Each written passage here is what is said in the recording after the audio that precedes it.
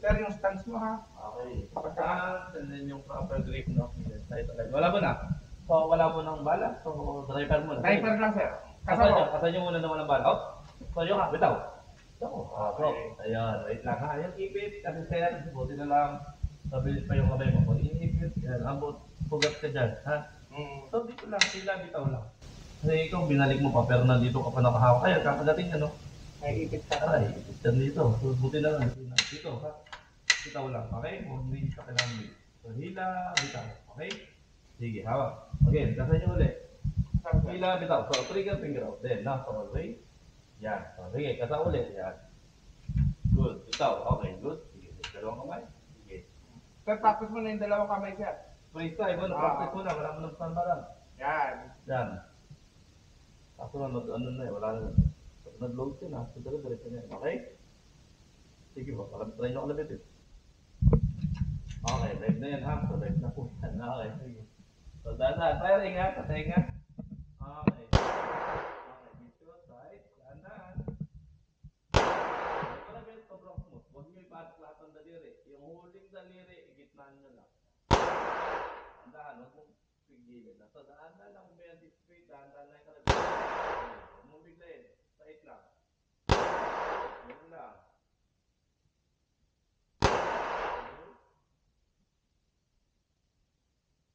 Sige, taas na ng konti. Sige.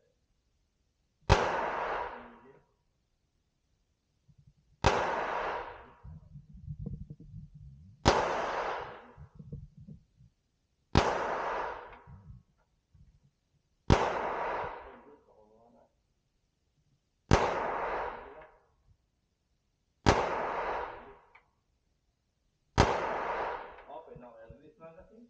Magazine kasi. Okay. Light, seta, hila dito. Kalabit, tutok pa po. Okay. Okay, good. Hey ma'am, dalawa tag tatlong bala lang. Di ba? At least na-experience na. Ito yung sinasabi ko ba? Ever na may ganun senaryo. Kasi hindi mo masabi sa bala na minsan may defect. So ngayon, pag halimbawang loaded siya na marami, and then may isang hindi siya pumutok, eject lang. And then may pressure ulit na babasok ulit. Sa'yo naman ate. Ate to sa'yo din. Okay yun. Di ba ma'am? At least, di ba? So, ibig sabihin, kaya mo po tama, no? So, at least hindi ka matatakot. Lalo kung safety mo na ang kailangan mo ng protection, di ba? Para na tayo umattend dyan ma'am ng ano? Mga heyat pa. Mahal yun. Oo.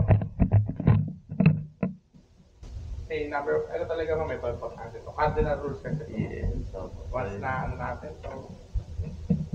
okay, sige. Driver mo na yan. Huwag niyo na. So, always lagi, bago kayo mag-start ng live, so, dry firing, no?